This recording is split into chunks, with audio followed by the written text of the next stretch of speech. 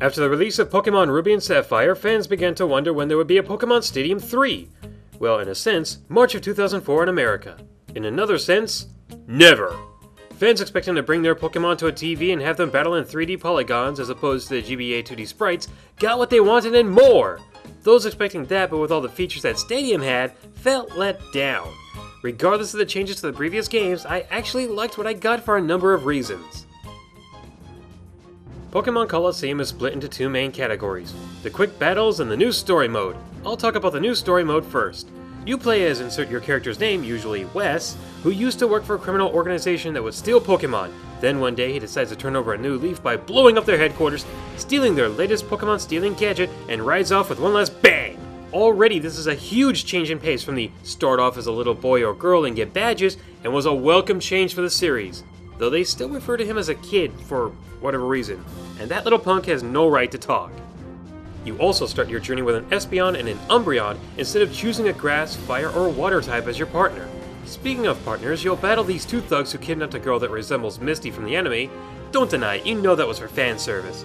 This girl, usually named Rue, or however you want to pronounce it, decides to travel with you for safety in case she gets kidnapped again. The reason why she got kidnapped is because she can see Pokemon with a dark aura around them. Those Pokemon are called Shadow Pokemon. No, it's not a new type. We'll most likely never see a new type. Shadow Pokemon are Pokemon that are savage battling machines that aren't afraid to attack humans. In other words, I think they've become self-aware. It appears that an evil organization known as Cypher is having Team Snaggem capture Pokemon from other trainers, give them to Cypher who then turn them into Shadow Pokemon. And their big plan is to distribute them to winners at Pokemon battle competitions? So you create these uber Pokemon and then just give them away? They're so evil! Them and their catchy music!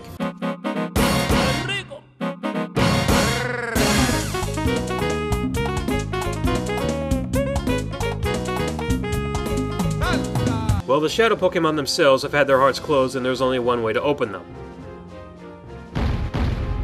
You have to steal them from whoever has one, Cypher, Team Snaggem, an innocent bystander, and find the best way to open its heart, usually battling with it. Does that seem a little ironic that the best way to stop a battling machine is to battle with it? Meh, video game logic. The basic gameplay of the Pokemon franchise remains intact. 4 moves, types that beat other types, abilities and item effects. Look, I'm not going over all the basic gameplay formula of the Pokemon series because that would take forever, so I'll just go over the changes. The only Pokemon you're allowed to catch are the Shadow Pokemon, and catching them is the same as in the GBA games.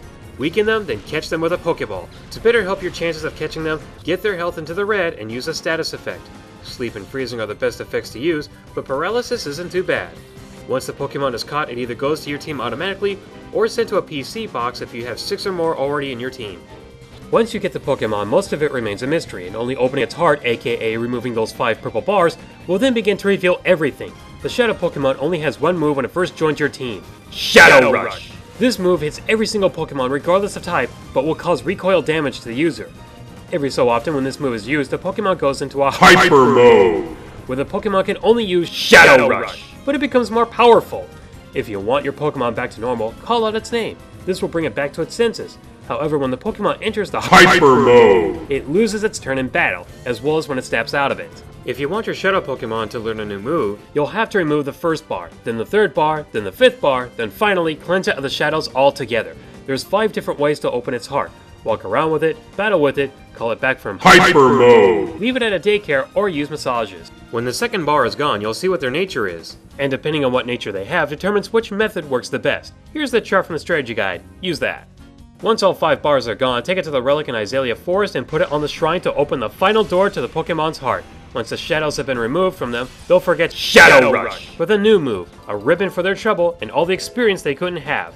I guess I forgot to mention that. Shadow Pokemon can't level up or gain experience in battle. They also can't use any TMs to learn any new moves.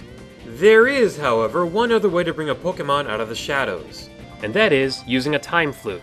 If you find one, take a Shadow Pokemon to the Azalea Relic and use the Time Flute. It will summon Celebi, who will then bring back the Pokemon's memories and open its heart without having to go through all the trouble of battling or any other method.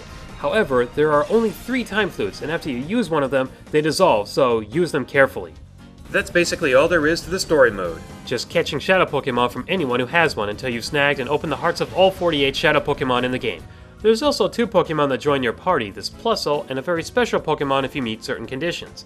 If you accidentally knock out a Shadow Pokemon without catching it, don't worry, there's always another chance. You can keep track of the ones you have with a PDA that keeps track of the Shadow Pokemon you've encountered, and messages telling you about any suspicious activity that usually involves a Shadow Pokemon. Oh, and you can't save your game unless you're at a PC, and you can't transfer any of your GBA Pokemon to the story mode until you've defeated the boss of Cypher. Now we move on to the other side of the game, the Coliseum battles. You can have quick battles using the GBA games, the GBAs, and the link cables, but I never once did that because I only had one link cable, but hey, this part isn't that important, so I'll just go over everything else. You have the Mount 100 battles, the Colosseum battles, then you have the optional stuff such as importing new teams from either the story mode or the portable games, a shop to spend your Poke Coupons on, and finally, the continue point. If you find yourself trying to take on the Mount 100 battles or the Colosseums, and you need to quit, you can save the game and continue here.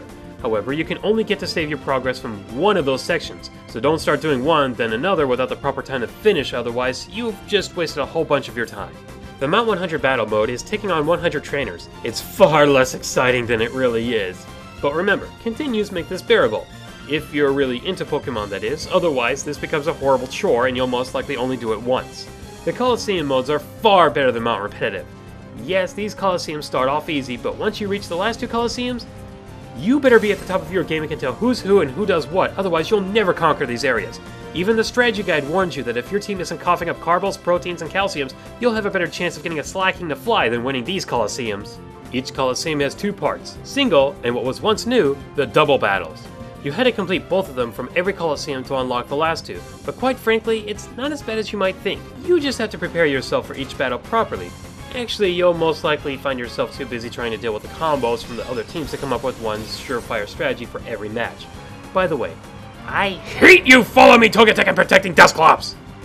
If you do manage to claim victory, you can win Poke Coupons that allow you to exchange them for items such as berries, hold items, or some very powerful TMs that could then be transferred to the story mode or the GBA games. That alone made me want to replay the Colosseum matches again and again, as well as seeing what team of Pokemon could do better. Then of course there was the pre-order bonus. In the US, those who pre-ordered the game got a bonus disc that contained a preview of the game, a trailer for the 6th Pokemon movie, which I didn't really care for, and last but definitely not least, you could download Jirachi with a special berry to your Ruby or Sapphire games. The GBA games had this glitch where if the game was played for over a year, the gardens would stop growing berries. The berry Jirachi had a special code that reset the berry garden so they could grow again. Jirachi was okay, but I would rather have the Japanese bonus. In Japan, the bonus disc allowed players to have Celebi instead. While Jirachi had some nice moves and the Sinray Grace ability, I just always liked Celebi better. Pokemon Colosseum tried to keep itself from feeling too similar from the Stadium series. And I've got to say that while the core essence of battling is still there, the new story mode, challenging Colosseum battles, rewards, and the bonus for those who pre-ordered the game definitely made it feel like a separate entity from the N64 games. The story mode, while has its share of problems that I'll go over later, was a breath of fresh air this franchise needed. No badges, no HMs, and no playing as a little kid.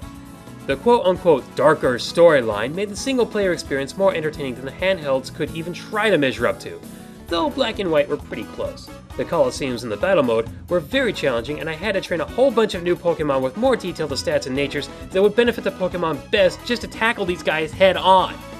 Of course, this game does have its downsides. Obviously, if you're not a Pokemon fan, then you should stay away from this one, and the difficulty of the Colosseums isn't exactly intended for new players. The game only lets you catch 50 of the 386 Pokemon that were available at the time, an obvious small selection, and it just felt like it was made just so you could catch the Johto Pokemon that weren't in the GBA games.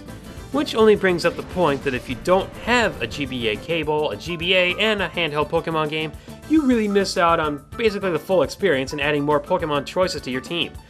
Though it seems ridiculous as there were more GBAs and Pokemon games sold than the GameCube, so if you didn't already own all the aforementioned items, it really seemed like it was your own fault. My main problems come from the new story mode. You can't save your game unless you're at a PC, unlike the GBA games where you could save anywhere at any time. Throughout most of the game, you'll find yourself constantly running into enemies, some of which jump out at you, and you'll find yourself having to backtrack to these locations, or else you would find yourself in a tough spot. You could buy a bunch of items that will let you revive or restore HP to a Pokemon, but you would have to carry a lot of them. If you're like me, you train by EV training and getting eggs of Pokemon that hatch with new moves. Don't expect either of those in this game. I didn't get far enough to get the footage on this file, and yes, I said this file as I've beaten this game more than once, so all I can say is you'll hate the lab section. and the color red. Most of the character designs felt blah, and so do most of their names. The only two that made sense to me were Wes and Silva.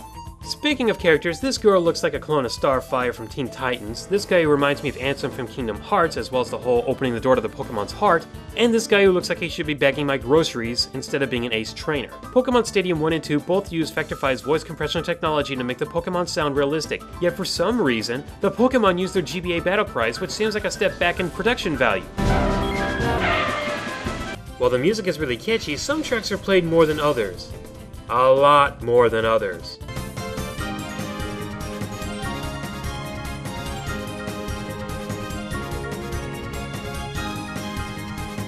Sounds pretty good, doesn't it? Try saying that after your 500th time listening to it, in a row! The last part I'll bring up is a slight annoyance, but I just couldn't leave it out.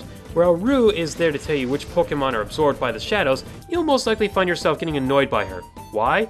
Move! Bleep! Get out the way! Get out the way! Get out the way, bleep! Move! I think that pretty much sums it all up, though I do love trapping her on stairs and slopes like this. See you later, self-appointed sidekick! Pokemon Coliseum for me was a very unique game that tried to be a bit more, well, not really a mature level, but definitely a higher level than what this basic formula of the series would use even to this day.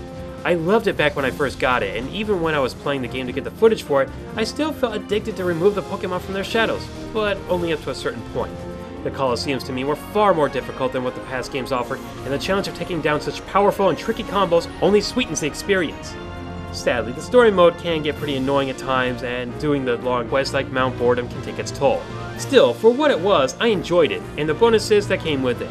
I can't say this is a game for everyone, but given the large amount of people who play Pokemon, I can recommend it to those. A 4 out of 5. It's an enjoyable experience for those who can play it.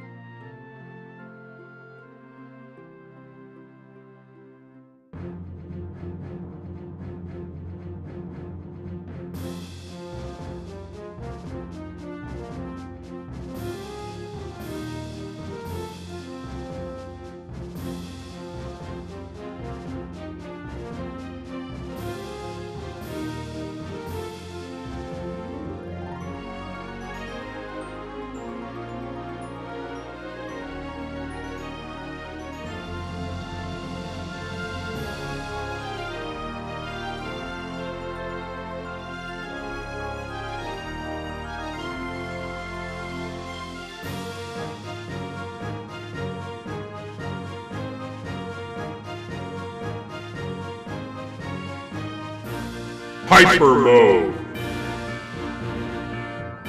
Hyper Mode! Hyper Mode! Alright, I'm out of Hyper Mode jokes.